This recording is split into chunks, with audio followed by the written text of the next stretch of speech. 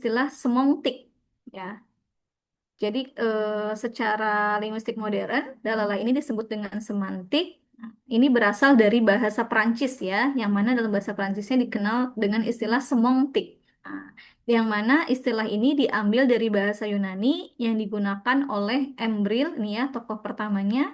Nah, kata ini pada mulanya itu bukan untuk menunjukkan makna. Nah, kan kalau yang kita kenal sekarang ini dalala atau semantik ini kan ilmu yang mengkaji makna gitu ya, makna sebuah bahasa. Nah, tetapi pada mulanya ternyata tokoh Embril ini tidak menggunakan kata semontik, semontik itu bukan untuk menunjukkan makna bahasa, tetapi dia digunakan untuk istilah terkait tentang perkembangan dan perubahan makna. Jadi kata yang berubah maknanya gitu ya, yang mengalami perkembangan atau perubahan makna, tidak membahas tentang makna itu sendiri gitu ya, makna sebuah kata atau kalimatnya tidak dibahas gitu, hanya khusus kepada perkembangan dan perubahan makna. Itu pada mulanya ya.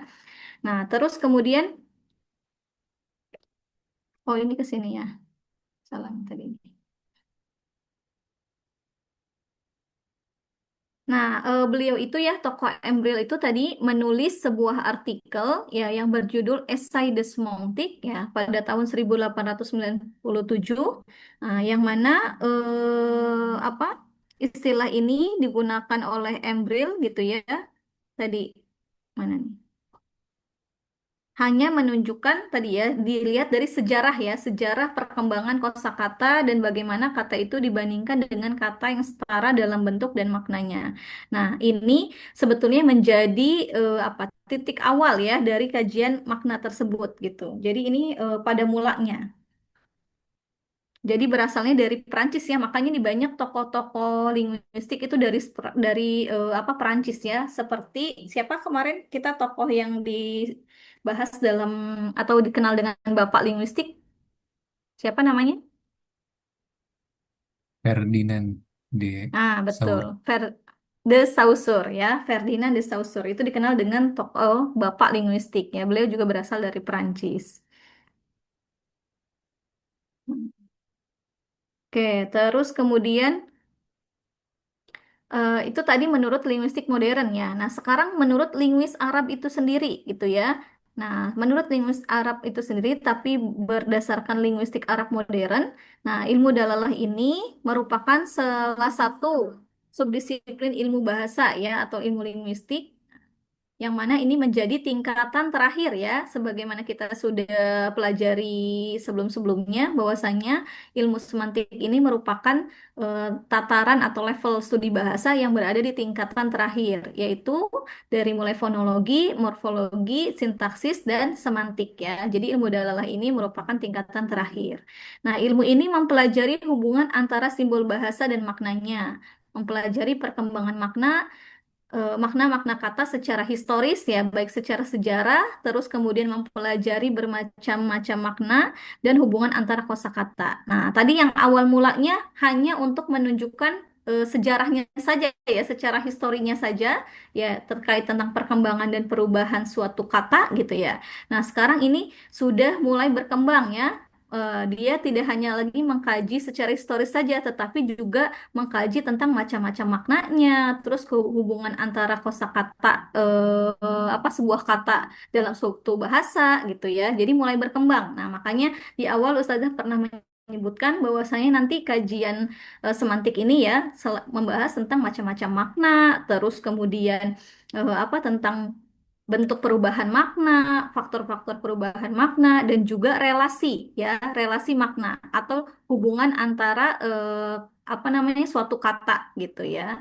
Nah, itu yang akhirnya kita kenal sekarang. Jadi semantik atau ilmu dalalah ini mengkajinya seputar itu gitu ya, mengkaji tentang apa namanya tadi makna terhadap suatu kata, terus kemudian sejarahnya, kemudian perubahannya gitu ya, perkembangannya dan juga relasinya. Terus kemudian ilmu dalalah ini memperhatikan makna atau simbol bahasa dalam bentuk kata, baik tunggal seperti kata najmun maupun majemuk seperti dalam bentuk idiom ya, baitul mal. Artinya kita tidak hanya membahas sebuah kata saja ya kata artinya kata tunggal gitu ya, tetapi juga bentuk-bentuk idiom ya. Nah, ini baitul mal. Jadi ada dua kata tetapi dia apa memiliki satu fungsi dan dia menjadi istilah gitu ya idiom di sini. Baitul mal kan kita tidak menerjemahkan apa bait terus mal, rumah, harta, tetapi baitul mal ini menjadi sebuah istilah gitu kan. Nah, itu bagaimana maknanya ya. Kita mengkaji sampai ke situ juga. Nah, terus kemudian perhatian ilmu dalalah ini tidak sebatas pada ungkapan istilah secara khusus, tetapi juga mengikuti perkembangan makna yang terjadi pada simbol-simbol bahasa dalam perjalanan waktunya dan sebab-sebab yang mengakibatkan perubahan tersebut. Nah, ini tadi ya tentang kronologis yang mana ilmu dalalah atau ilmu semantik ini tadi kajiannya yakni terhadap jenis-jenis makna, terhadap bentuk perubahan makna, faktor-faktor perubahannya, dan juga relasinya ya, relasi makna. Oke, terus kemudian, oh ini tadi ke sini ya. Nah, kalau dari mana nih? Kalau dari di Arab itu sendiri ya, bahwasanya kajian ilmu ma'ani ini, ilmu makna ini ya, berawal mula daripada kajian Al-Quran. Jadi pada mulanya ulama-ulama Arab itu ya mengkaji makna digunakan untuk kajian Al-Quran gitu ya. Jadi sebelum mengenal ilmu dalalah, pada mulanya ulama Arab klasik itu mengenal makna itu untuk dikaji dalam kajian Al-Quran. Terus kemudian baru dikembangkan kepada kajian ilmu ma'ani. Nah, ini biasanya nanti berkorelasi dengan ke sastra ya. Nah, makanya muncul juga di kajian kritik sastra. Kan ilmu balaghah itu ya biasanya untuk digunakan untuk karya sastra ya, karya sastra Arab. Nah, seperti apa syair-syair Arab yang apa kan zaman dulu ya, zaman jahiliyah itu para ulama apa namanya orang-orang jahili ya sebelum masuk Islam pun sudah mengenal apa jenis-jenis sastra gitu ya. Mereka tuh rajin membuat apa syair gitu ya, membuat nasar ya, prosa ya, membuat puisi atau prosa. Nah, sehingga ilmu makna itu pada mulanya digunakan untuk mengkaji hal-hal itu gitu ya. Bagaimana membuat keindahan suatu bahasa gitu ya. Terus kemudian ada kritikus. Nah, bahkan mereka itu membuat apa ya sayembara ya untuk sastra karya-karya sastra yang indah gitu ya bahkan mereka terkenal dulu ya namanya Mu'allaqatus Sab'ah. Ada yang tahu apa itu Mu'allaqatus Sab'ah?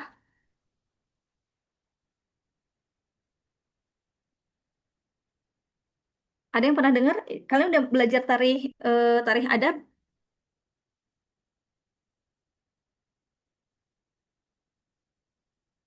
Udah belajar belum? Belum Ustazah. Belum Tapi ya. ini Nah, yang digantung di atas di Ka'bah itu bukan sih Ustazah? iya, betul ya. Jadi mu'alaqat itu sab'ah. Mu'alaqat itu artinya di apa tergantung gitu ya. Terus sab'ah itu artinya tujuh. Tujuh apa namanya? Karya yang digantung di Ka'bah yang itu paling apa ya? Paling terkenal gitu ya. Nah, itu memiliki nilai sastrawi yang tinggi gitu. Nah, itu pada mulanya makna tuh digunakan untuk kajian-kajian seperti itu gitu ya. Nah, tetapi pada akhirnya dengan perkembangan waktu dia berkembang muncullah ilmu nah nanti ke sini nih. Nah, seperti ini ya pada mulanya nih. Pada mulanya kajian apa bahasa Arab menurut ulama klasik ya, ulama terdahulu gitu ya, al-ulumul arabiyah. Nah, ilmu-ilmu bahasa Arab pada mulanya seputar ini, yakni sorof, nahu, arud, terus kemudian apa lugah, istiqoq. Nah, ini ya kordu syair. Nah, ini syair. Terus ada insya, ma'ani, bayan. Nah, ini ke ilmu balaghah ya. Terus kemudian hot, kofia, tarikh, iso. Nah, ini pada mulanya ilmu-ilmunya sebatas ini gitu ya. Belum diklasifikasikan atau belum dikhususkan menjadi ilmu lugoh yang kita kenal sebagai ilmu aswad kemarinnya. Terus ilmu sorof, ilmu nahu. Nah, ilmu sorof, ilmu nahu sudah ada. Nah, tetapi belum apa tersistem gitu ya, belum tersistem menjadi itu tingkat sebagai level studi bahasa gitu ya. Jadi ilmunya masih apa ya bercampur gitu. Terus kemudian berkembang kepada ulumul adab ya, ilmu-ilmu apa namanya? sastra gitu ya, yang mana ini juga mengkaji, masih ada mengkaji sorof, nahu, kemudian meningkat menjadi ilmu ma'ani dan bayan. Nah, terus kemudian berkembang lagi menjadi ulumul lisanil arabi ya. Ini ada ilmu lugah, ilmu nahu, ilmu bayan, ilmu ma'ani. Nah, mulai ya mengkerucut sampai akhirnya berkembanglah kepada linguistik modern yang mana akhirnya mulai mengkerucut ya, dikenal dengan istilah ilmu lugah. Nah, ini kita mengenal linguistik itu dalam bahasa Arab sekarang dikenal sebagai ilmu lugah ya. Jadi sudah mulai tersistem yang mana tingkatan ilmu lugah ini mirip dengan di standar apa level studi bahasa modern ya, yakni fonologi, morfologi, sintaksis, semantik. Harusnya ini istilahnya seperti itu ya. Ini Ustazah masih mengikuti PPT Ustadz siap ya, belum di apa, belum direvisi. Jadi kalau istilah fonologi, morfologi, sintaksis, semantik, nah itu istilah linguistik modern ya. Nah, tapi istilah Barat. Nah, tapi kalau Arab kita punya istilah ya, fonologi sama dengan ilmu apa? Fonologi. Kalau dalam ilmu lughah Al-Arabiyah atau fonologi disebut dengan ilmu Sautia bisa. apa? Aswat Ustazah. Ilmu aswat Aswad. ya. Nah, ilmu aswat. Fonologi sama dengan ilmu aswat. Terus kemudian morfologi, ilmu Sorof. sorfi, ilmu sorof, sintaksis, ilmu Nahu. nahu. Nah, harusnya di sini semantik ya, semantik sama dengan ilmu dalalah. Nah, ini ada tambahan ya. Ustadz Syaf ini memasukkan leksikografi. Leksikografi ini ilmu tentang kamus ya, perkamusan, tentang kosakata khusus ya. Kalau leksikografi, bagaimana sebuah kata itu masuk ke dalam suatu bahasa gitu ya. Kayak kemarin di kelas ini apa di kelas yang CD ya, yang menanyakan apa? Bagaimana kayak bahasa itu bisa masuk ke dalam sebuah kamus, terus perkembangannya di apa kayak kerjaannya badan bahasa itu seperti apa gitu ya. Nah, itu cara mereka mengentry sebuah kata gitu ke dalam kamus, nah itu dipelajari di leksikografi ya. Nah, seperti kayak misalnya nih kalian kalau perhatiin ya, dalam KBBI itu punya apa ada berapa jenis gitu ya. Sekarang ada yang tahu KBBI itu udah masuk ke KBBI jenis keberapa?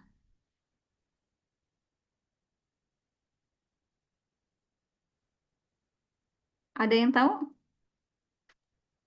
KBBI 6 bukan saja. Udah sampai KBBI 6 ya. Sekarang udah masuk KBBI 6 ya. Nah, itu setiap ini periodisasinya sih nggak, Ustazah juga belum paham ya setiap kapan, tapi mereka tidak tentunya tidak setiap tahun ya. Nah, ini kalau yang Ustazah perhatikan, terakhir itu waktu Ustazah S2 di 2019 itu masih KBBI 5. Nah, Ustazah salah satunya meneliti tentang penggunaan kosakata bahasa Arab apa namanya?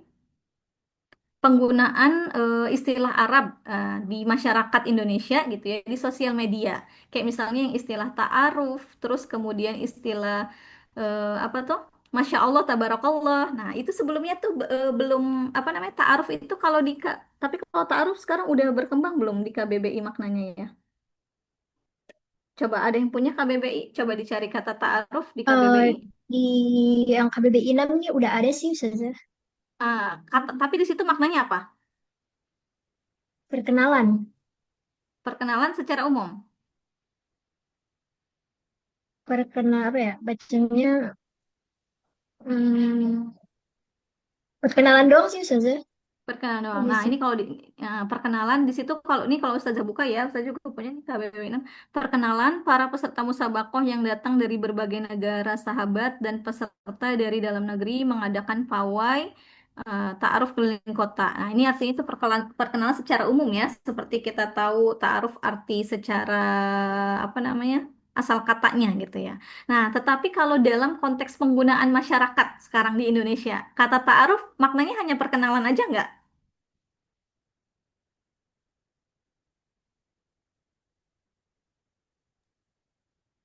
Enggak juga.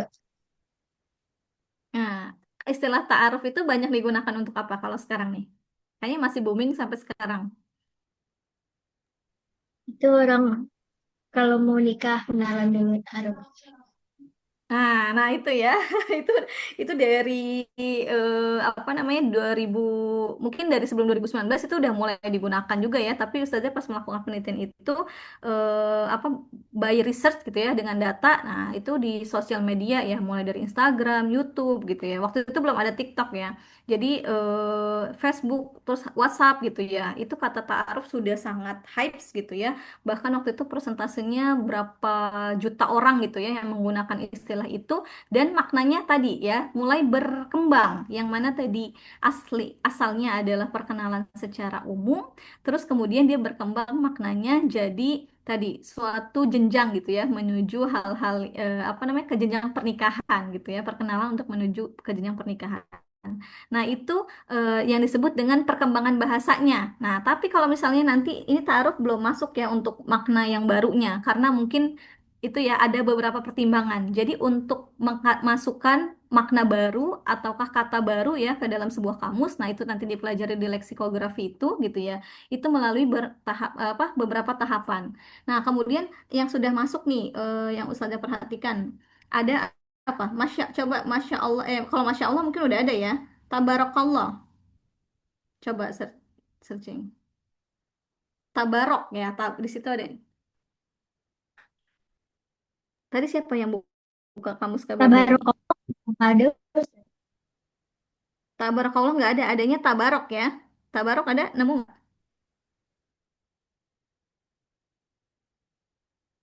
Halo?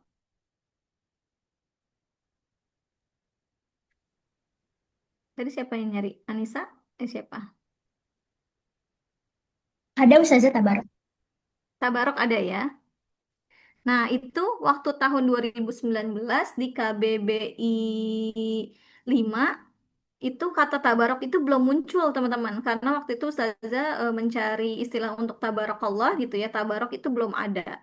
Nah, itu mulai dimasukkan kayaknya setelah tahun 2020-an ya. Jadi ketika ternyata kata tersebut tidak ditemukan padanannya mungkinnya dalam bahasa Indonesia, jadi akhirnya dia diterjemahkan. Makanya di situ kalau di KBBI tabarok verba ya kata kerja dari AR. AR itu artinya bahasa Arab ya. Ya, maknanya mendapat berkah atau diberkahi. Nah, itu karena penggunaan kita di Indonesia ya. Kalau misalnya apa mendapatkan sesuatu atau mendoakan gitu ya kita mengucapkan Masya Allah Tabarakallah nah itu ya nah itu akhirnya kata tersebut bisa masuk ke dalam apa ke dalam KBBI gitu ya.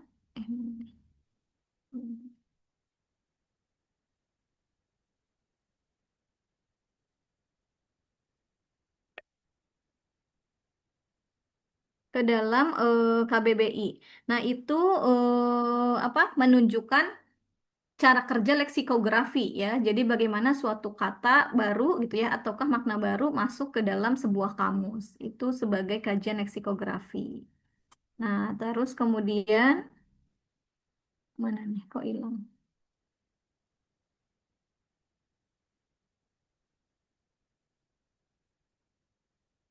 Nah, kemudian ini dijelaskan pembagiannya ya. Pada awalnya nih ilmu aswat itu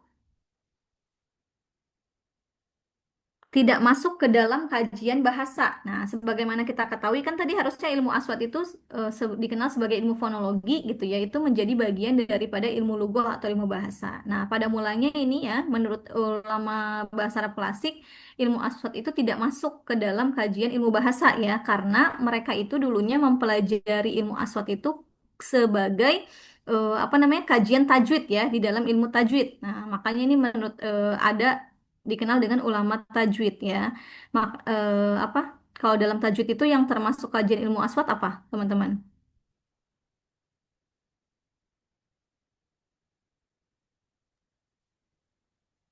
Kalau di dalam tajwid tuh pembahasan tajwid yang masuk ke dalam pembahasan ilmu aswad itu apa? Makhorijul huruf. Apa? Makhrajnya bukan Ustaz. Iya, betul. Makhorijul huruf ya, tempat keluarnya huruf. Nah, itu tuh salah satu pembahasan ilmu aswad gitu. Nah, makanya kalau kita belajar ilmu aswad di makhorijul huruf itu kan kita udah belajar sebetulnya ya di pelajaran tajwid. Nah, Itu pada zaman dulu tuh orang-orang hanya belajar di pembahasan tajwid itu gitu ya. Nah, tapi berkembang akhirnya sekarang itu ya di linguistik modernnya itu menjadi ilmu aswad gitu. Terus kemudian para pakar bahasa terdahulu seperti Sibawayh yang mengkaji fonologi. Nah, ini proses perkembangannya ya, bagaimana terbentuknya gitu ya. Jadi pada mulanya kan tadi hanya ada nahu sorof gitu ya. Terus kemudian ma'ani bayan gitu. Kan tidak ada yang menyebutkan ilmu aswad ya, karena ilmu aswad tadi masuk ke kajian tajwid. Nah, kemudian baru berkembang ketika apa namanya oleh Sibawayh ya, Imam Sibawayh ini. Nah, itu mulai ada pembahasan terkait fonologi yakni pada kajian idgham dan waqaf. Nah, ya jadi pada kajian idgham itu bagaimana bunyi kan kita di dalam tajwid itu ya idgham terbagi menjadi berapa? Dua. Dua kan? Ya, ada idgham bigunah dan bilagunah. Nah, bagaimana ketika misalnya idgham bilagunah, nun mati bertemu dengan lam misalnya gitu ya. Kan kita membacanya huruf nunnya menjadi hilang, nah, berubah atau masuk ke dalam huruf lamnya ya bunyinya. Nah, itu mulai apa ya benih-benih atau titik awal akhirnya kajian fonologi itu muncul ya. Mulai tadi dari apa? Dari adanya makhorijul huruf, terus kemudian ini pembahasan idgham dan waqaf gitu. Nah, terus kemudian kajian makna tergambar pada kajian ilmu ma'ani dan bayan. Tadi kalau tadi pada kajian fonologi, terus kemudian kalau kajian maknanya itu berasal daripada kajian ilmu ma'ani dan bayan, yang mana ini tadi merupakan kajian ilmu balagoh ya. Nah, itu apa perkembangannya bagaimana ilmu logo itu bisa terbentuk ya menjadi ilmu aswad, ilmu kalau sorof sama nahu sudah ada ya dari zaman apa namanya? Dari zaman Khalifah Abbasiyah itu ya. Nah, terus kemudian ini ilmu aswad dan ilmu maknanya mulai berkembang ini ya dari setelah tadi ada Imam Sibawayh ini terus kemudian di pada ilmu balaghah. Nah, terus kemudian barulah ini ya, akhirnya pola pemikiran bahasa Arab pada ulama bahasa Arab modern. Nah, sebetulnya ada dua istilah ya yang digunakan untuk linguistik, yaitu ada yang mengatakan ilmu lughoh dan ada yang mengatakan fiqhul lughoh. Nah, ini ada yang menyamakan kedua istilah ini, tapi ada juga yang membedakan. Nah, kalau mereka menyamakan, artinya mereka menyamakan kedua istilah ini sama gitu, yang mana itu artinya linguistik. Nah, tapi kalau yang membedakan ini ilmu lughoh dikenal dengan linguistik, kalau fikhu lughoh itu dikenal dengan filologi. Nah, kalian pernah dengar istilah filologi?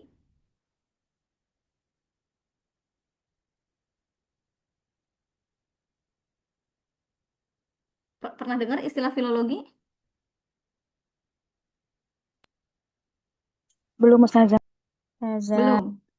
Ya, nah kalau di dalam apa namanya biasanya sih ini kalau di jurusan bahasa dan sastra ya, kalau di sastra itu ada namanya kajian filologi. Nah itu mengkaji naskah-naskah, biasanya naskah-naskah yang apa? Naskah itu kan tulisan-tulisan tua ya, yang mana biasanya ini kalau kalian lihat yang huruf-huruf pegon. Nah, itu ya Arab gundul yang nggak ada harokatnya, tapi dia biasanya dari bahasa-bahasa lain. Ada yang bahasa dari itu asli bahasa Arab, ada juga yang bahasa Melayu gitu. Yang misalnya tulisan apa ya? Misalnya yang tulisannya Y sama apa? Goin terus titik di atas berapa? Kalau yang itu. 3. Tiga. Titik di atasnya 3 itu ya. Nah, yang misalkan gitu. Nah, itu huruf-huruf kayak gitu. Nah, itu di dalam kajian naskah itu menjadi kajian filologi ya. Jadi mengkaji apa ya bahasa dalam suatu naskah gitu. Dan itu biasanya dia mengkupas. Ini orang-orang filolog nih biasanya duitnya banyak ya, karena itu mengkaji apa manuskrip ya. Bagaimana misalnya kata di dalam naskah tersebut bahasanya apa, terus kemudian itu maknanya tentang apa, terus kemudian apakah ada apa ya, ada informasi penting di sana misalnya tentang budaya kah, tentang keilmuan apa gitu ya. Nah, itu dikaji oleh filologi. Nah, ini yang eh, menurut pandangan ulama yang membedakan antara ilmu lughoh dengan fiqhu lughoh gitu. Tapi ada juga yang menyamakan. Nah, ketika apa namanya mereka menyamakan berarti mereka sama ya bahwasanya ilmu lugah atau linguistik itu terbagi menjadi empat tataran ya, yakni fonologi, morfologi, sintaksis dan semantik ya. Ilmu aswat, terus sorof, nahu dan dalalah. Oke, terus kemudian kok balik lagi mana nih?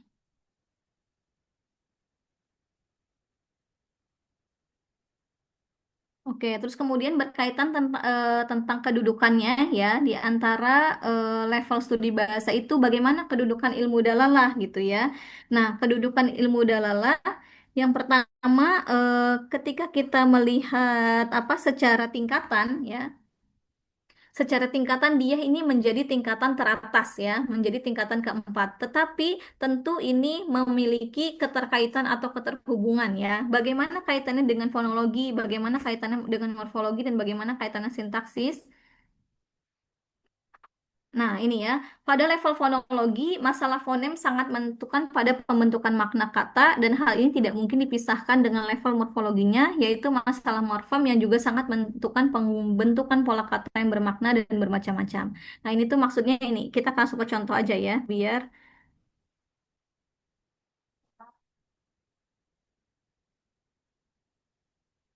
oh ini ke sintaksis ya. Oke, di sini nggak ada contoh fonologi ya.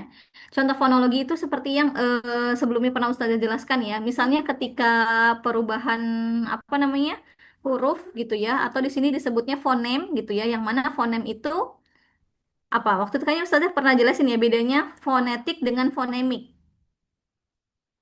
Kalau fonetik itu bunyi yang apa? Halo? Kalau fonemik itu apa? Bunyi yang mempengaruhi.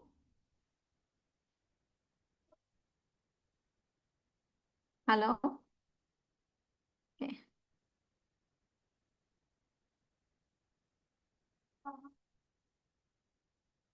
Tadi. Mempengaruhi makna. Iya, betul. Fonemik itu ilmu yang apa bunyi yang mempengaruhi makna. Jadi ketika misalnya yang bunyi kof dengan bunyi kaf gitu ya. Nah, yang seperti pada kata kalbun dengan kolbun. Nah, maka ketika bunyi itu berbeda, maka itu ketika dia mempengaruhi makna itu disebut dengan fonemik ya.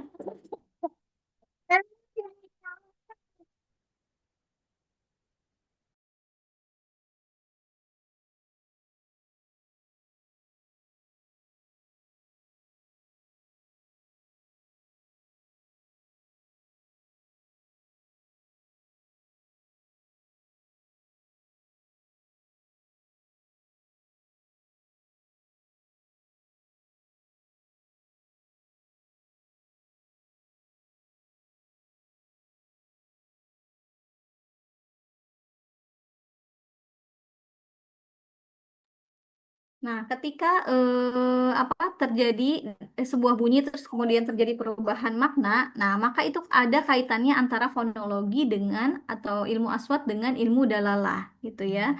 Nah, itu tingkat keterkaitannya. Terus kemudian ketika dikaitkan dengan morfologi ya, perubahan bentuk kata. Misalnya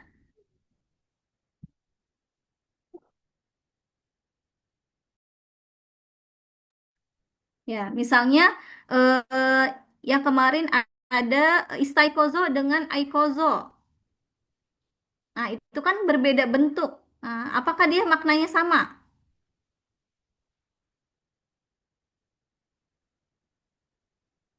Beda.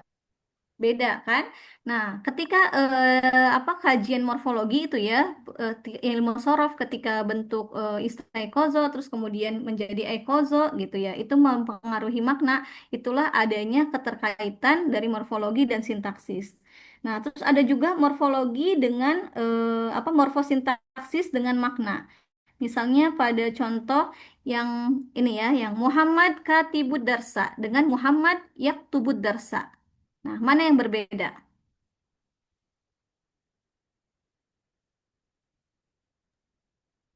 Fiilnya sama punya kedudukan fiilnya sih. Ya, ini kan Muhammad Yaktubu sama sama-sama jumlah ismiyah ya, tapi yang berbeda apanya nih? Apa? Sama-sama jumlah ismiyah yang membedakan apa? Khobarnya ya. Muhammad Katibud Darsa. Pada Katibud Darsa khobarnya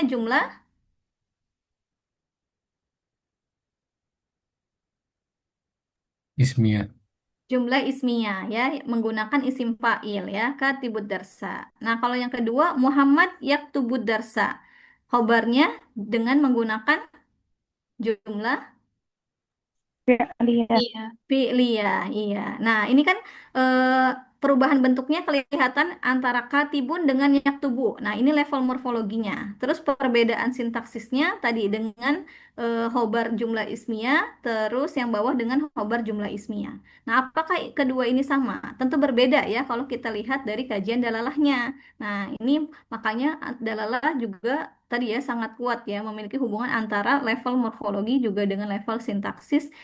Nah, itu ada hubungannya. Nah, perbedaannya apa?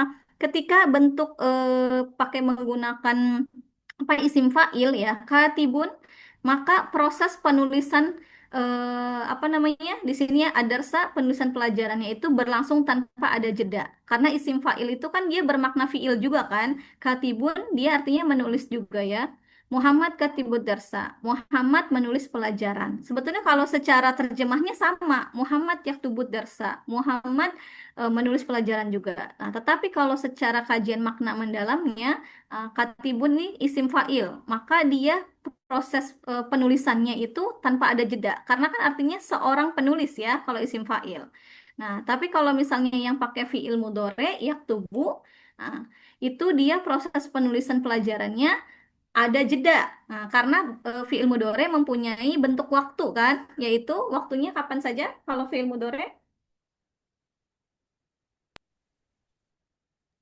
Sekarang dan sekarang yang dan Sekarang dan yang akan akan datang ya, sekarang dan akan datang. Nah, maka dia punya apa namanya? Bentuk waktu ya, ya makanya dia ada jeda. Nah, itu keterkaitan antara level morfologi, sintaksis dan semantik ya. Nah, itu sangat erat ya kaitannya. Terus sekarang kalau ilmu dalalah dengan ilmu-ilmu lain ya. Oh ini. Dengan ilmu-ilmu lain ya. Yang pertama kajian ilmu dalalah dengan ilmu semiotik. Nah, ilmu semiotik ilmu tentang apa teman-teman?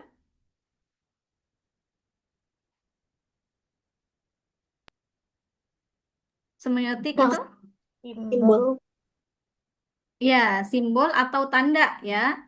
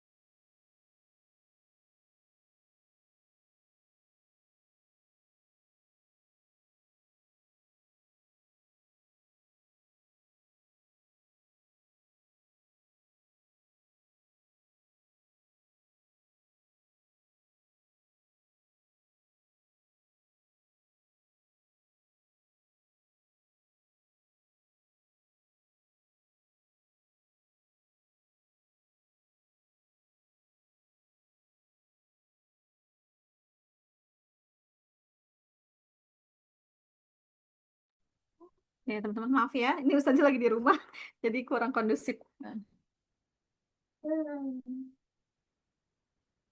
Oke, ilmu semiotik tadi ilmu tentang apa, teman-teman? Tentang simbol, Ustazah. Ya, simbol atau tanda ya. Nah, apa kaitannya ilmu dalalah dengan ilmu semiotik?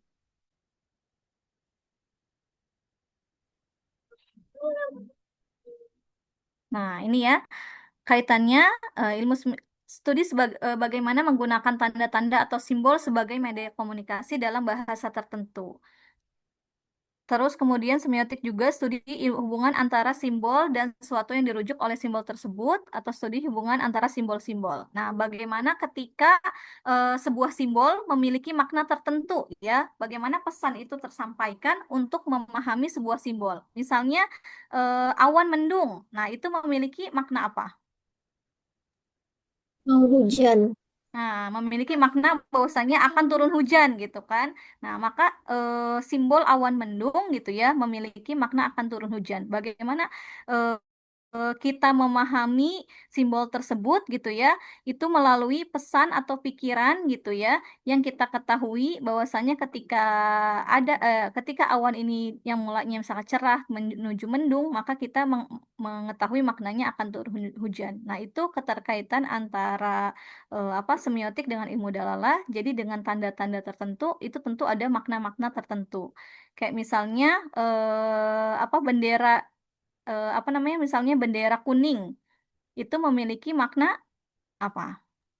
Orang meninggal. Ya, memiliki tanda ada orang meninggal ya. Nah, tetapi simbol-simbol ini biasanya dikaitkan ini ya, tergantung apa ya budayanya, maksudnya tergantung lingkup daerahnya. Jadi ternyata kalau kita taunya simbol kuning itu tadi untuk orang meninggal, tetapi di daerah mungkin ini daerah mana ya, Jabodetabek kali ya, atau Jawa Barat, Jabodetabek dan Jawa Barat kali ya. Soalnya di Jawa Tengah itu waktu saya tinggal di apa di Jogja gitu ya, daerah Jogja itu untuk orang meninggal mereka menggunakan bendera bukan kuning tapi putih. Nah, itu berarti disesuaikan gitu ya untuk apa kesepakatan atau daerah tertentu gitu. Nah, terus kaitannya tadi ya antara adalah dengan semiotik tadi ketika sebuah simbol itu ternyata memiliki pesan yang berbeda-beda gitu ya dan itu tadi berdasarkan kesepakatan antara apa namanya orang yang menggunakan bahasa tersebut atau lingkup masyarakatnya begitu. Nah, terus kemudian kaitan antara ilmu dalalah dengan filsafat. Nah, ini apa? Terkaitan ilmu dalalah dengan filsafat itu memiliki hubungan yang penting dalam batas pengetahuan manusia yang berada di akal pikirannya dan bahasa sebagai media penyampaian apa yang ada di pikirannya. Nah, kita mengetahui ya ilmu filsafat ini adalah apa ya? Dasarnya ilmu gitu ya, bagaimana kita memahami sesuatu gitu ya, apa namanya secara mendalam gitu ya, itu menggunakan ilmu filsafat. Nah, ini ketika dikaitkan dengan ilmu dalalah, nah, bagaimana ketika kita memahami sebuah makna bahasa gitu ya, itu ada proses berpikirnya gitu ya. Nah, ini proses berpikirnya melalui 4 tahap, mulai dari abstraknya, bagaimana itu tidak terlihatnya gitu ya, secara konsepnya, terus kemudian teori klasifikasinya, misalnya kita bilang kemarin apa, mawar misalnya. Nah, bagaimana bentuk mawar itu gitu ya, terus kemudian mawar ini jenis apa gitu ya, terus kemudian dianalisis, oh ini sebuah jenis bunga atau tanaman gitu ya. Terus kemudian dia dianalisis dia berwarna apa gitu ya. Sebuah bunga yang berwarna merah gitu ya. Nah, bagaimana cara kita berpikir gitu ya untuk memahami sebuah kata gitu. Itu apa namanya merupakan hubungan antara dalalah dengan filsafat gitu ya. Ketika kita apa memaknai sebuah kata, proses berpikirnya itulah yang disebut dengan hubungan dalalah dengan filsafat gitu ya. Cara pemrosesan maknanya itu dikaitkan dengan ilmu filsafat. Terus kemudian kaitan antara hubungan ilmu dalalah dengan psikologi. Kalau psikologi ini ilmu tentang apa, teman-teman?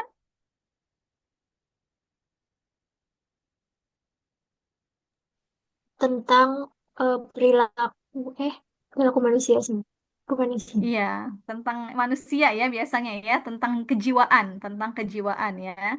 Nah, kemudian hubungannya dengan dalalah, psikologi ini menggunakan bahasa sebagai alat untuk mempelajari perilaku bahasa. Biasanya tuh gini, kalau dikaitkan bahasa dengan psikologi itu, ketika misalnya pemerolehan bahasa seseorang. Nah, misalnya ini kita belajar bahasa asing. Bagaimana cara kita untuk bisa belajar bahasa asing? Nah, tahapan-tahapan yang kita gunakan, misalnya, oh mulai dari menghafal mufrodat, terus kemudian, oh kita belajarnya nih pakai metode, misalnya torikoh langsung gitu ya. Misalnya kita dikasih tahu, oh hafalkan, misalnya kita dikasih tahu, oh kata maktabun ini, meja ini bahasa Arabnya maktabun gitu ya. Nah, terus kemudian kita menyerap gitu, oh maktabun tuh meja. Kita langsung dikasih tahu gitu ya Arabnya gitu. Nah, cara pemrosesan itu gitu ya, pemrosesan bahasa kita gitu ya, bahasa asing kita, nah itu berdasarkan apa namanya ilmu psikologi. Bagaimana kita mendapatkan apa namanya pemerolehan bahasa kita. Tadi kalau itu pakai torikoh langsung. Terus ada juga apa namanya torikoh misalnya apa tarjamah. Nah, misalnya kita itu harus diterjemahin dulu maktabun itu meja misalnya gitu ya, jadi harus disebutin terjemahnya baru kita tahu. Nah, tapi kalau misalnya misalnya pakai penjelasan, misalkan maktabun tuh alatun, misalkan apa liwad'i syai misalkan untuk menyimpan sesuatu. Nah kalau pakai penjelasan gitu ya tanpa ada penerjemahan misalkan itu thoriqoh mubasyarah. Terus kalau kita pakai thoriqoh terjemah maktabun meja misalnya gitu ya. Nah, itu cara pemrosesan bahasa kita gitu ya untuk mempelajari bahasa asing. Nah, itu apa namanya bisa dikaji dari ilmu psikologi gitu. Karena oh, kita nih cara cepat untuk belajar bahasanya pakai metode mana gitu ya. Nah, kayak misalnya apa ya? Kayak misalnya juga anak kecil yang belajar bahasa. Nah, mereka itu kan apa ya? Ada yang dengan cara mendengar misalnya ya, mendengar dari orang tuanya, dari lingkungannya gitu. Ataukah misalkan mereka belajar dari oh dia bertanya misalkan, "Mah ini apa?" misalnya gitu ya. Dari mereka bertanya atau mereka diajarin gitu ya. Nah, bagaimana seseorang memperoleh bahasa itu gitu ya, itu kaitannya antara apa namanya dalalah dengan psikologi gitu ya, atau bahasa dengan psikologi itu apa namanya keterkaitan ilmu bahasa dengan psikologi. Nah, adapun apa tentang maknanya itu seperti apa? Nah, ini ilmu dalalah memusatkan perhatian kepada penyampaian pesan pikiran atau makna melalui penggunaan bahasa yang membawa pesan pikiran tersebut. Nah, ini jadi biasanya itu ya terhadap pemerolehan bahasa. Makanya kaitan linguistik dengan psikologi ini ada ilmunya. Ada yang tahu ilmu apa? Kalau psikologi digabung dengan ilmu bahasa itu ada ilmunya ya. Apa namanya? Psikolinguistik bukan sih? Iya, betul, psikolinguistik. Nah, itu apa namanya? Kajian psikolinguistik itu salah satunya tentang pemerolehan bahasa ya. Kayak ada nih, Ustaznya lupa ya, tokohnya siapa namanya. Beliau itu sampai menulis sebuah buku yang itu tuh isinya penelitian, penelitian beliau terhadap pemerolehan bahasa anaknya atau cucunya gitu. Bagaimana si anaknya itu misalkan bisa mengenal sebuah kata, kalimat gitu. Itu seperti apa prosesnya gitu. Terus bagaimana mana kata yang dia yang paling mudah dulu dia kenal gitu. Kayak misalnya kenapa anak kecil anak apa balita ya, balita atau batita yang baru bisa ngomong, kenapa mereka lebih mudah atau apa namanya? Menggunakan istilah mama misalnya gitu ya. Daripada misalnya bunda atau umi gitu ya. Nah, karena ternyata itu ya huruf apa namanya? M ya termasuk jenis huruf bilabial. Nah, itu yang paling apa ya? Paling mudah untuk dilafalkan oleh seseorang yang baru tahapan mulai bicara gitu. Nah, itu eh, cara-cara seperti itu dikaji oleh ilmu psikologi bahasa gitu ya. Jadi bagaimana seseorang memperoleh atau memproses bahasanya gitu. Nah, terus kemudian tadi kalau sebetulnya tadi nih kajian ilmu-ilmu dalalah dengan ilmu-ilmu lain itu juga sama ya. Mereka ada teorinya tersendiri. Nah, ini tadi kalau dalalah dengan psikologi nanti dikaji di dalam psikolinguistik gitu.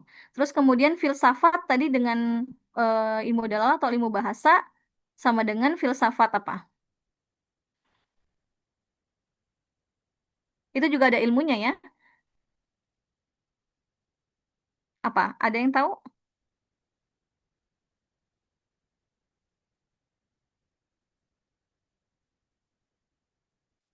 Filsafat bahasa ya.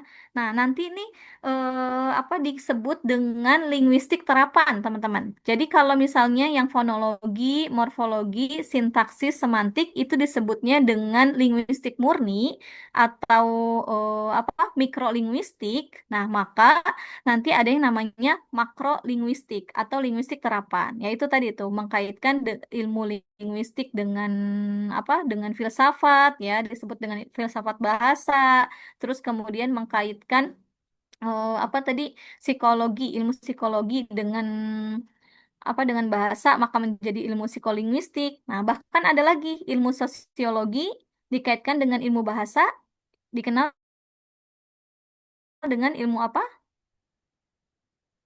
Sosiolinguistik.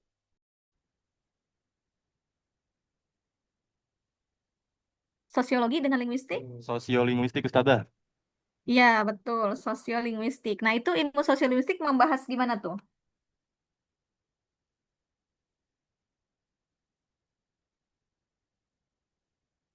Sosiologi itu ilmu tentang apa?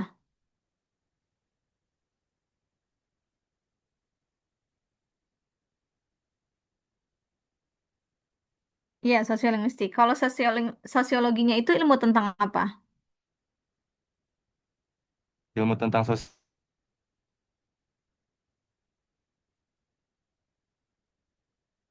Apa? sosial. Tentang sosial, ya, atau masyarakat ya. Sosiologi itu ilmu yang membahas tentang sosial atau masyarakat ya. Nah, bagaimana kaitannya antara bahasa dengan apa? Masyarakat?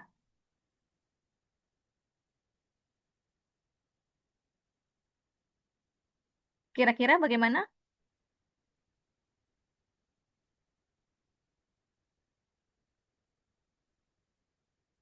Ada yang tahu contohnya?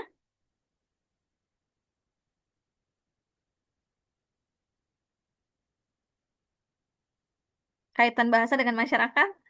Nah, misalnya nanti kalau di sosiolinguistik itu ketika kita berbicara masyarakat ya atau sosial tadi akan berkaitan dengan usia, terus dengan status ya, terus dengan tingkat kesopanan.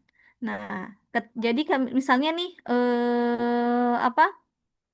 Bagaimana cara orang yang mempunyai kedudukan, misalnya kayak apa? Kayak misalnya apa misalnya Rois ya, misalnya direktur gitu. Itu kan ketika mereka apa mereka ngomong, bisa jadi itu sebuah perintah kan kalau ditujukannya kepada yang apa namanya kepada bawahan gitu ya. Nah, tetapi kalau misalnya kita ngomong ke sesama, ya kita misalnya kalimat perintah kepada tapi sesama gitu ya. Misalnya tolong ambil, misalkan ambilkan. Misalnya Alia ngomong ke Askia, ambilin apa? Ambilin buku dong gitu ya. Nah, itu kan dia kalau di dalam ilmu apa namanya? Kalau di dalam ilmu bahasa Arab disebutnya iltimas ya, sesama gitu. Tapi kalau misalnya Alia ini direktur, Askia bawahan, itu menjadi perintah hakiki kan, amar hakiki gitu. Nah, tapi kalau misalnya kita kayak misalnya yang ungkapan apa namanya? Kita perintah tapi ke yang lebih tua misalnya itu kan bukan perintah tapi kita jadi maknanya menjadi tolong misalnya gitu. Nah, itu ketika misalnya apa perubahan posisi atau perubahan status gitu ya dalam sebuah bahasa itu dikaitkan antara sosiologi dengan linguistik gitu ya. Ada apa hubungannya gitu. Terus sekarang ada lagi nih kaitannya antara ilmu bahasa dengan ilmu hukum. Ini yang terbaru nih sekarang, mengkaitkan ilmu bahasa dengan ilmu hukum. Dikenal dengan ilmu apa? Forensik. Ya, betul. Namanya linguistik forensik ya. Itu ilmu yang terbaru ya, linguistik forensik. Jadi mengkaitkan ilmu bahasa dengan ilmu hukum. Nah, itu contohnya tuh kayak misalnya kalian tahu yang kasusnya Ahok ketika dia waktu itu menjabat jadi apa gubernur ya, yang dia apa menghina atau apa menghina apa mengomentari surat Al-Maidah. Al-Maidah atau apa tuh? Yang tentang pemimpin Muslim itu lebih apa lebih baik. Ada yang pernah dengar kasus itu? Benar, Ustazah. Ya, Ya gimana? itu sih. Coba Farid. Dia beliau, eh anak lupa komentarnya apa, tapi tentang Mm-mm. Al-Maidah ayat 51 itu, Ustazah, tentang memilih pemimpin. Iya, iya tentang memilih pemimpin ya ayat itu ya. Kalau nggak salah tuh isinya kan tentang bahwasannya kalau bisa kita tuh memilih pemimpin tuh dari umat Muslim gitu ya daripada yang bukan Muslim gitu. Nah kata Ahok itu kita tuh dibohongin katanya. Umat Muslim ini dibohongi oleh surat Al-Maidah tadi ayat berapa? 51 ya Faridnya. Iya, Ustazah.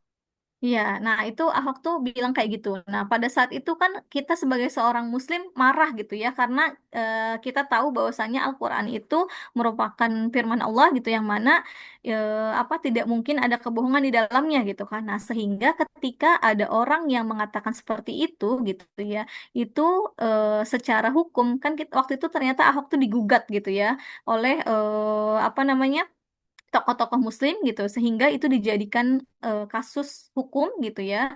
Nah, terus kemudian apa namanya dibuat laporan lah gitu ya menjadi statusnya menjadi ujaran kebencian yang mana itu Ahok ibaratnya menghina gitu ya menghina kitab suci umat Islam gitu. Nah itu ketika bahasa tadi sudah dikaitkan sama proses hukum seperti itu dikaji di dalam kajian namanya linguistik forensik gitu. Nah akhirnya kan Ahok waktu itu ini ya kena kasus dan apa kemudian di penjara gitu kan karena akhirnya itu terbukti sebagai ujaran kebencian. Nah, kalau sekarang nih yang kemarin-kemarin terbaru kan ketika kasus apa ijazah Pak Jokowi dibilang palsu. Nah, itu kan diproses kan, siapa yang mengatakan itu, terus kemudian apakah itu benar atau tidak gitu kan. Nah, terus kemudian ketika itu benar maka akan seperti apa hukumnya ketika itu salah, maka itu tadi dikhawatirkan menjadi tuduhan, menjadi ujaran kebencian. Nah, itu kasus-kasus seperti itu ternyata itu bisa ilmu bahasa itu bisa berguna gitu ya tadi sebagai proses kajian hukum gitu. Nah, ini dalalah tentu sangat penting ya. Jadi bagaimana kita menganalisis tadi, tadi kalimat mana yang menunjuk ujaran kebencian gitu. Oh, ini diungkapkan oleh si A, misal tadi kan ya, oleh misal tadi Pak Ahok. Pak Ahok ini siapa? Itu harus dijelaskan gitu. Apa tuturannya? Terus mana yang menunjukkan ujaran kebencian? Struktur mana gitu dari apa namanya? Bentuk kalimatnya ini kalimat seperti apa? Nah, itu apa namanya? Konteks kaitannya gitu ya, penggunaan bahasa dengan kajian hukum. Nah, itu ya apa namanya kedudukan ilmu dalalah dengan ilmu-ilmu lain yang mana ini menunjukkan bahwasanya tentu ilmu dalalah ini sangat berperan penting ya terhadap apa struktur ilmu bahasa yang lainnya maupun dengan ilmu-ilmu lainnya. Oke, sampai situ dulu. Coba ada yang ingin ditanyakan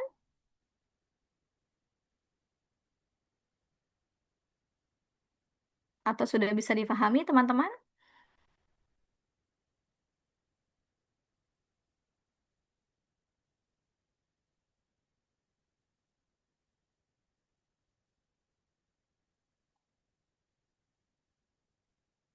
Tidak ada pertanyaan?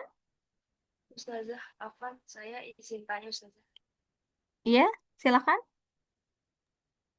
Terkait dengan hubungan ilmu dalam dengan psikologi ini, maaf Ustazah, saya off cam dulu karena Ini siapa Siska ya? Iya, Siska, silakan. ya Ustazah. Jadi waktu itu sempat ramai ketika ada acara demo ya tanggal 25 sampai tanggal 28 yang terkait Mm-mm. dengan Ferry Irwandi dengan ada seorang wanita gitu Ustazah, di mana Ferry Irwandi itu menyatakan di sebuah video gitu yang terkait dengan kerusuhan, dalang dari kerusuhan demo yang Demo. kemarin itu kan ada yang video di SPBU kalau nggak salah, kalau kenyataannya itu terkait dengan TNI gitu ya Ustazah, di mana ada seorang yang menyatakan bahwa dirinya TNI. Nah, itu kan dipermasalahkan oleh seorang wanita dan dia membawa sebuah bukti forensik terkait dengan kebahasaan ini. Dan di situ dia melalui badan hukum dari Universitas Indonesia terkait dengan dari mana sumber suara yang menyatakan bahwa identitas TNI tersebut. Nah, apakah itu bisa dihubungkan saja dengan hubungan antara ilmu dalalah dengan psikologi saja? Kan kalau tadi saya sempat menyinggung terkait dengan apa namanya ilmu dalalah ini kan bisa menjadi alat untuk mempelajari perilaku dalam berbahasa itu saja. Mm-mm. Oke, menurut tadi kamu menanyakannya apakah itu masuk kaitannya dengan ilmu dalalah dengan psikologi ataukah ilmu dalalah dengan ke apa hukum ya? Iya, Ustazah. Mm-mm. Kalau tadi kalau yang kenapa kamu menanyakannya dia masuk ke psikologi karena tadi apa dalilnya landasannya? Karena apa ya Ustazah, agak bingung aja sih masalah terkait dengan hubungan yang tadi pemeriksaan kata terkait dengan identitas TNI tersebut saja. Karena kan di dalam bentuk video saja, dan itu kan Ya. dalam kondisi ramai dan eh, gimana Ustazah? Itu sih Ustazah. Itu yang apa namanya kasusnya berarti ungkapannya seperti apa? Untuk ungkapannya waktu itu sempat live kalau nggak salah di Kompas TV, kalau nggak salah di bagian pembicaraan terkait dengan dalang dari kerusuhan demo itu ada sebuah video yang beredar terkait dengan identitas dari orang yang ditangkap Ustazah, yang diduga oleh polisi itu bahwa itu adalah dalang, sedangkan waktu ditangkap dalangnya ini mengaku bahwa dia adalah seorang TNI gitu Ustazah. Dan Oh. sempat ramai waktu itu terkait hal itu dan diuji Mm-mm. forensik sama salah satu wanita gitu. Itu Mm-mm. Oke, oke, ya.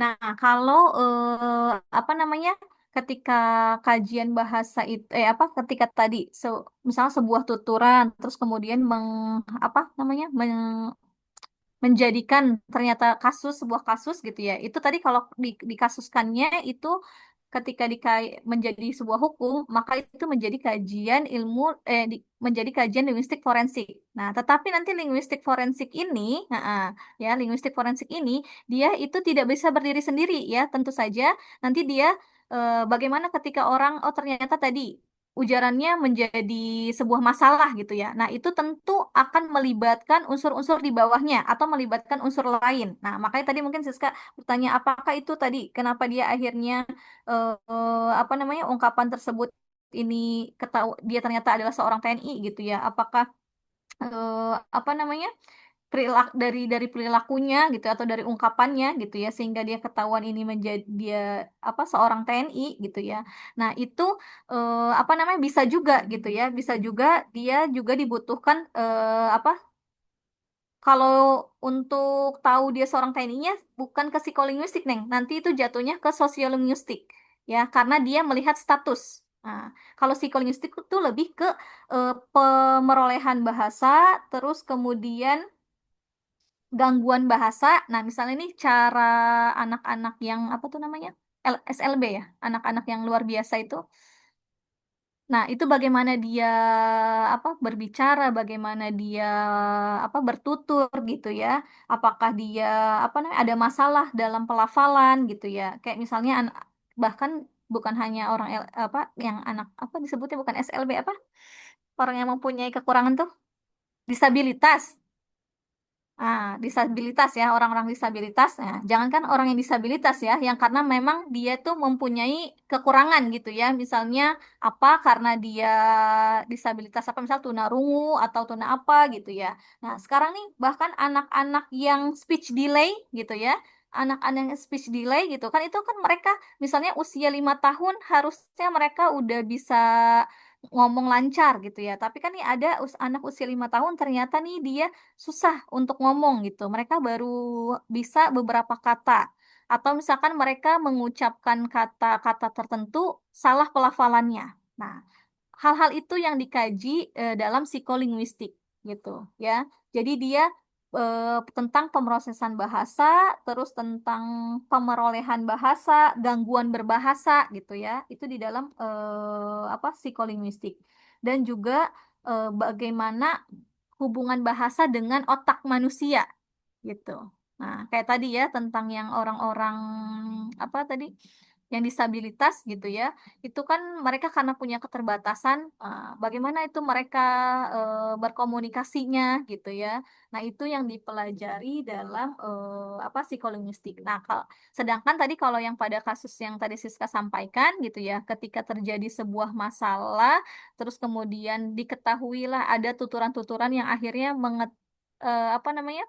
Akhirnya dari tuturan tersebut apa diketahui statusnya gitu nih, dia seorang siapa gitu atau dia siapa gitu ya.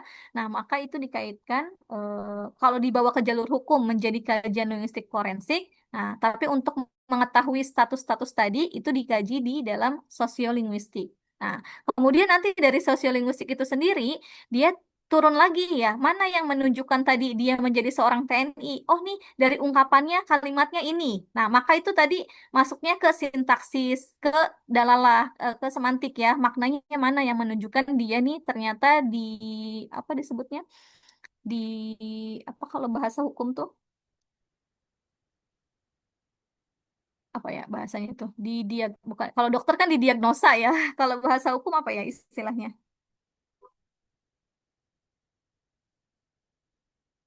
Yang akhirnya dia tuh oh nih ternyata nih ungkapan ini dituturkan misalnya gitu oleh seorang TNI. Atau nih ada juga kasus yang kalau kalian pernah dengar juga tentang bom apa ya waktu itu ya, bom Bali atau apa ya, yang ternyata itu dia seorang teroris. Nah, itu ternyata ketika apa dibawa ke jalur hukum terus kemudian ditelisik orang tersebut itu mengucapkan ketika mau ngebom gitu ya. Terus dia sempat berteriak dan mengucapkan awas ada polis kata dia gitu ya. Nah, dia menggunakan ungkapannya awas ada polis. Nah, kalau orang Indonesia kan bilang polisi polisi kan. Nah, kenapa dia mengungkapkannya polis gitu ya? Nah, ternyata polis itu digunakan oleh orang apa ada yang tahu? Malaysia. Malaysia. Iya, oleh orang Malaysia. Mereka tuh bilang polisi itu polis katanya gitu ya. Nah, itu dari situlah gitu ya, ternyata diketahui, oh nih orang yang melakukan terorisme ini ada apa bukan orang Indonesia gitu ya. Ternyata dia ini orang Malaysia gitu. Karena dari tuturannya gitu ya, dari tuturannya ternyata dia ada kata yang menunjukkan identitas ya, menunjukkan identitas gitu ya. Dia ini bukan seorang warga Indonesia gitu, melainkan warga Malaysia gitu. Nah, itu kan otomatis ya tadi ini bisa dikaji oleh ilmu linguistik forensik. Nah, tetapi dilihat gitu ya tuturan-tuturannya. Nah, dilihat dari tadi struktur kalimatnya, terus kemudian oh ternyata dari kosakatanya gitu kan. Nah, maka kalau misalnya kita meneliti makrolinguistik, ya ilmu-ilmu yang bahasa yang sudah dikaitkan dengan ilmu lain, tentu tidak akan melepas ilmu mikrolinguistiknya, gitu ya. Jadi fonologi, morfologi, sintaksis, dan semantik ini pasti akan keangkut gitu ya kalau kita mengkaji bahasa yang tingkatnya makrolinguistik. Kayak misalnya kemarin kan kita belajar analisis kesalahan dan analisis wacana nanti ya. Nah, di analisis kesalahan itu kan juga termasuk makrolinguistik ya, teman-teman. Makanya Ustazah di pertemuan terakhir kan mengingatkan ketika kalian masuk ke analisis kesalahan, maka tentu akan memperhatikan apa namanya fonologinya kan aswatnya terus kemudian morfologinya nahunya gitu kan bahkan sampai ke dalalahnya ke maknanya nah karena ke apa level bahasa ini dia merupakan mikrolinguistik sehingga kalau kita mengkaji bahasa yang lebih besar gitu ya makrolinguistik tentu si level yang mikro ini pasti akan selalu berkaitan gitu. Nah, makanya kalau kalian nanti ya tertarik untuk meneliti kajian apa makrolinguistik, itu mikrolinguistiknya harus apa harus menguasai gitu. Makanya di analisis kesalahan itu sebetulnya kita tinggal praktek gitu kan. Oh, nih fonologinya udah paham belum gitu kan. Morfologinya udah paham belum. Kayak kemarin yang di apa waktu presentasi ya kelompok berapa kemarin yang Farid dan kawan-kawannya. Nah, itu ngejelasin kan teori-teori tentang morfologi. Nah, kalau kita udah paham teori morfologinya, nah maka ketika kita praktek itulah yang apa namanya disebut dengan makrolinguistik gitu ya, praktek di analisis kesalahan. Nah, tentu ketika kita praktek analisis kesalahan tadi tidak hanya morfologi yang kita bahas kan, tetapi kemarin kita mencari kesalahan, oh ada nggak dari segi bunyinya, ada nggak dari segi sintaksisnya gitu. Jadi memang berat ya kalau kita mengkaji makrolinguistik itu si mikronya harus betul-betul sudah kita kuasai. Tapi menarik teman-teman ya, kalau kita belajar tentang makrolinguistik itu sebetulnya menarik karena kita di jurusan pendidikan, makanya yang diambil makrolinguistiknya itu lebih banyak ke itu ya pengajaran kan analisis kesalahan terus kemudian tuh analisis wacana gitu kan paling ada nanti tuh ada sosiolinguistik ya. Ada yang umumnya tuh di sosiolinguistik udah belajar belum udah masuk belum sosiolinguistik Belum, Ustazah. belum ya. Semester Semester 7 ya? Iya, dan itu bisa jadi ada bisa jadi enggak ya, karena kemarin yang semester kemarin itu pernah kita nih banyak perubahan kurikulum ya, jadi pernah itu ditiadakan gitu ya di semester kemarin kalau nggak salah kayaknya. Angkatan kemarin tuh semester 7-nya mereka nggak belajar sosiolinguistik, katanya nggak ada. Nah, sebetulnya belajar ilmu bahasa itu tadi gitu ya, itu menarik, tapi memang banyak teori yang harus kita apa banyak teori yang harus kita pelajari gitu. Kayak misalnya yang ini kan di ilmu makna aja kita kemarin ya kalau kita belajar tentang perubahan makna itu harus kita menguasai apa kamus-kamus gitu ya untuk mengetahui maknanya gitu. Seperti itu Siska ya. Iya, baik, Ustazah. Nah, nanti itu bisa juga tuh kalau kajian-kajian berita, kajian itu nanti bisa juga masuk di analisis wacana. Tapi nanti kalau analisis wacana itu dia fokusnya terhadap apa ya teks-teks, terhadap teks gitu ya. Nanti kalau aduh, kalau udah masuk ke analisis wacana kita lebih banyak praktek-praktek kayak gitu, menganalisis sebuah teks, terus kemudian ini apa namanya? Maknanya seperti apa gitu ya. Terus apakah punya fungsi misalnya kayak teks biasanya tuh yang punya kontra apa ya? Punya kontradiksi ya namanya ya. Jadi kayak misalnya nih yang kemarin pidatonya Prabowo yang bilang apa tuh? Kan Prabowo itu di pidato PBB kemarin ya, bilang apa ungkapannya kemarin kok saya lupa ya. Oh, yang dia memberikan statement gitu ya, bahwasanya mengajukan solusi apa two station ya, two state solution. Nah, two state solution kata Pak Prabowo kan dia mau mengakui apa Israel kalau kalau Israel mengakui Palestina gitu kan. Nah, ungkapan Prabowo itu kan akhirnya kan menimbulkan apa banyak masalah ya. Ada yang apa menganggap itu merupakan solusi terbaik karena ibaratnya untuk menghentikan Israel itu melakukan genosida gitu kan, biar dia segera menghentikan genosidanya, jadi bisa mengakui Palestina gitu kan, baru kita bisa mengakui Israel gitu kan. Nah, tetapi kelompok satunya menganggap kalau statementnya seperti itu, kita nantinya ketika Palestina merdeka, kita wajib mengakui Israel gitu, karena dia ada statement tadi bahwasanya Indonesia akan mengakui Israel gitu jika Israel mengakui Palestina menghentikan genosida dan mengakui Palestina misalnya gitu ya. Nah, itu jadi akhirnya menimbulkan konflik gitu dengan statement tersebut gitu. Nah, itulah nanti kalau di analisis wacana tuh seperti itu. Jadi ketika sebuah ungkapan gitu biasanya dia berbentuknya paragraf wacana gitu ya.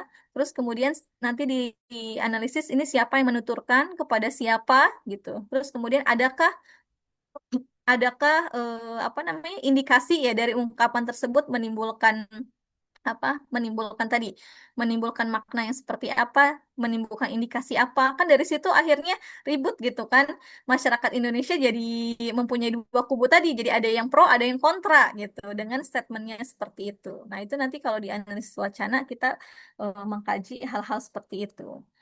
Sebetulnya kalau di wacana bahasa Arab tuh berat ya, karena kita harusnya teks-teksnya Arab. Nah, tapi mungkin nanti apa Ustazah dan Ustadz Hakam sama Ustazah Puji akan memberi latihan juga dengan yang bahasa Indonesianya supaya nggak langsung ke Arabnya gitu ya, karena pasti berat kalau langsung ke Arabnya.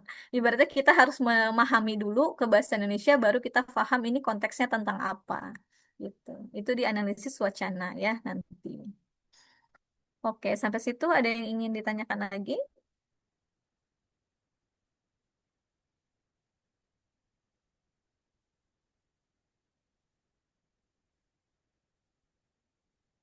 Tidak ada? Oke, kalau nggak ada teman-teman, ini Ustazah izin sampai sini dulu ya. Nanti yang tiganya nih Ustazah bahas besok ya. Sebelum presentasi keempat, Ustazah bahas dulu ya. Karena ini Ustazah tadi nggak kondusif ya di rumah. Jadi besok sebelum presentasi kelompok 4, Ustazah bahas dulu yang apa kita materi ketiganya itu nih. Uslub ya, Ustazah, tentang ya, gimana? Afwan, Ana izin bertanya, masih Iya. ada waktu gak Ustazah? Oh iya iya, silakan. Mau nanya Ustazah, kalau misalkan orang yang cadel itu masuknya ke speak delay apa enggak? Orang yang cadel. Ya, kalau yang sebetulnya kalau orang yang cadel itu dia kan apa ya? Dia bawaan kan ya, bukan karena kalau speech delay itu dia ada faktor-faktornya ya. Jadi dia ada faktornya yang mana akhirnya faktor tersebut itu menghambat dia untuk apa? Untuk bisa berkomunikasi atau bisa memperoleh sebuah bahasa gitu ya. Tapi kalau cadel itu kan tidak bisa kan, bahkan sampai usia besar pun dia tetap cadel kan? Ya nggak? Ya nggak teman-teman? Misalnya orang yang nggak bisa bilang R, ada nggak? Siapa di sini ada nggak yang nggak bisa bilang Ada yang R? bisa berubah kok, Ustazah. Ada yang bisa berubah? Anda dulu Kalau dia, cadel pas kecil, tapi sekarang Mm-mm. bisa. Tapi aku tidak Tap- bisa berubah, Ustazah.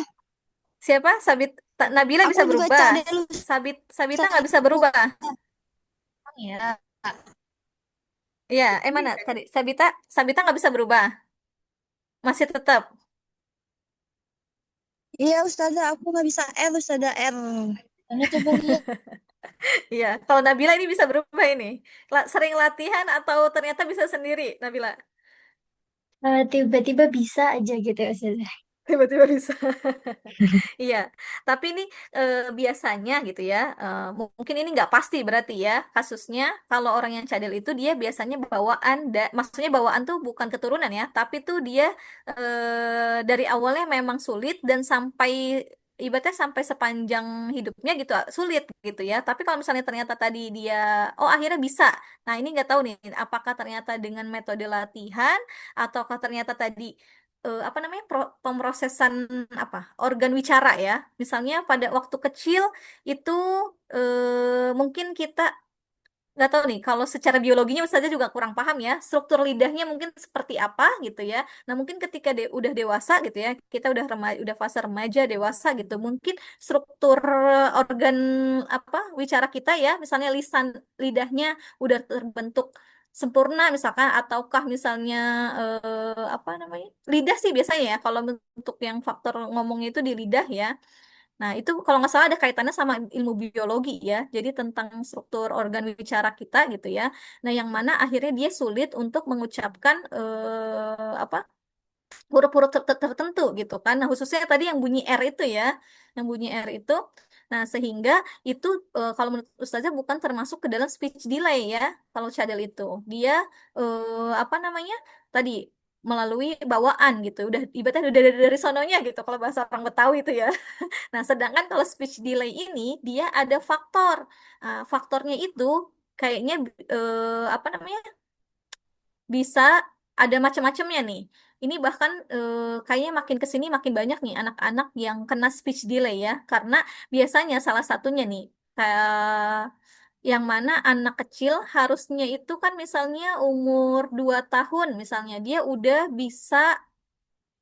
menguasai misalnya 30 sampai 50 kosakata misalnya ya. Misalnya kayak bisa mengucapkan mama, misalkan bisa mengucapkan minum, misalkan ya makan gitu kan. Nah, tetapi misalnya usia 2 tahun dia belum bisa ngomong sama sekali. Nah, itu apa faktornya? Biasanya nih salah satunya ya itu dia itu jarang diajak ngomong atau dia jarang mendengar lingkungan sekitarnya itu berbicara. Jadi misalnya dia nih saya pernah ada saudara ya di usia ya setahun 2 tahunnya itu dia belum bisa ngomong itu bahkan usia berapa ya 3 atau 4 tahun tuh masih belum bisa ngomong itu kenapa? Karena tadi orang tuanya jarang ngajak ngobrol karena pada sibuk kerja.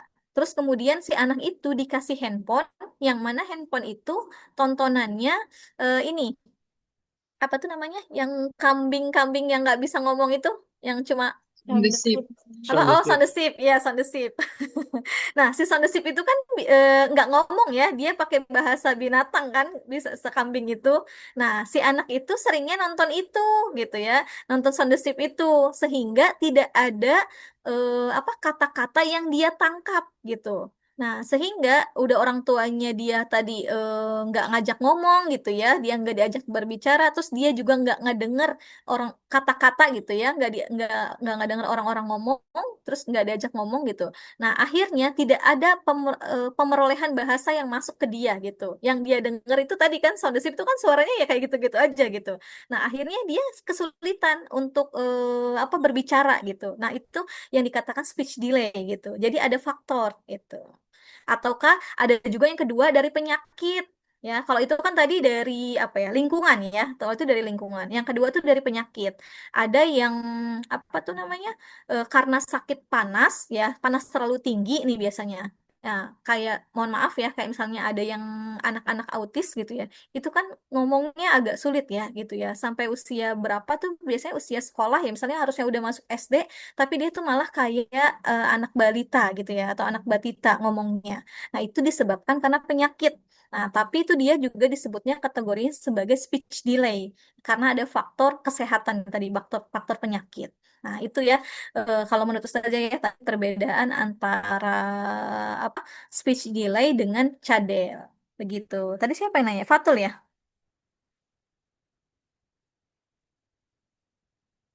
Mana Fatul? Halo?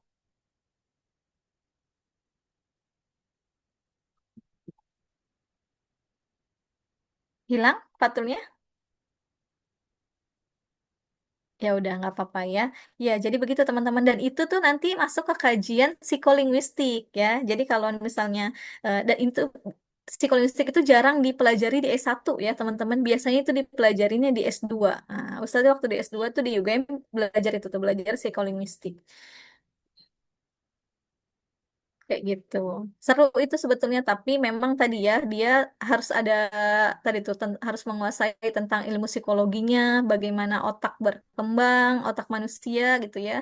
Terus tadi bagaimana organ-organ wicaranya itu kaitan sama biologi gitu. Oke, sampai situ ada yang ingin ditanyakan lagi? Tidak ada? Tidak ada. Oke, kalau nggak ada, teman-teman kita ini hari ini sampai di sini dulu ya. Insya Allah besok pagi kita lanjutkan kembali untuk bab ketiga dan bab keempat nanti dimulai presentasi dulu ya oleh kelompok 4 ya. Siapa kelompok 4? Karena saya Nabila terus Siapa? Farid Nabila sama? eh, Hasna, Maftuh, sama Zahra Muntas. Oh banyak ya. Oh iya, iya. Oke. Ya udah kita sampai berjumpa besok. Ini tadi ada tambah di kolom chat ya. Ada yang tertinggal absen ya. Ada siapa nih? Alia, Denisa Bella. Oke, Ana juga Ustaz. sudah. Oh, Farid tadi belum ke absen juga. Ya, Ustazah screenshot aja deh ya. Farid udah ketik di kolom chat tadi? Belum sudah. Belum. Oke, sebentar Ustazah tandain dulu ya. Syakira juga hadir Ustazah, tadi belum ada absen. Siapa? Syakira? Afwan Syakila, Ustazah, Ada sudah. Fahri juga Ustazah. Fahri juga. Oke. Izin Aska Sabita juga Ustazah. Aska Sabita. Ustazah Gatvan Nabil dari kelas A juga dia izin dispen karena lomba. Oh, Mbak. Ya, sudah masukin. Oke. Ya, syukran teman-teman untuk hari ini. Hayya nakhtatim dirasatana bi qiraatil hamdalah wa kifaratul majlis.